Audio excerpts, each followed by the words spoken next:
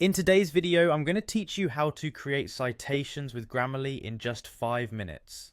It's simpler than you might think, and by the end of this guide, you'll be able to generate citations with ease, saving you time and ensuring your sources are correctly documented.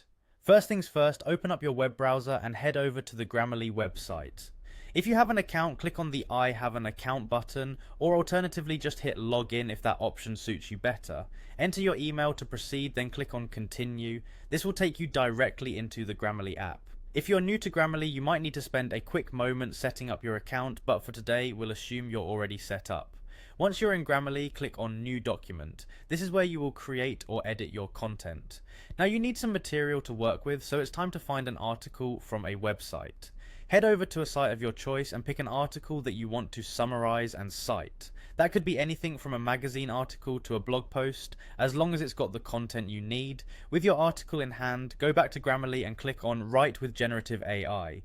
This powerful tool will help you efficiently summarize the article. Simply prompt the AI to summarize what you've selected. Once it has generated the summary, click on Insert to add this summarized content into your document. You might notice how intuitive and straightforward Grammarly's tools are, which makes the summarizing process very user-friendly. Now let's create a citation for your article. Return to the website where you found the article and copy its URL.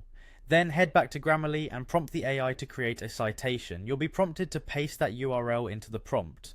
Once that's done, click on Insert to include the citation in your document.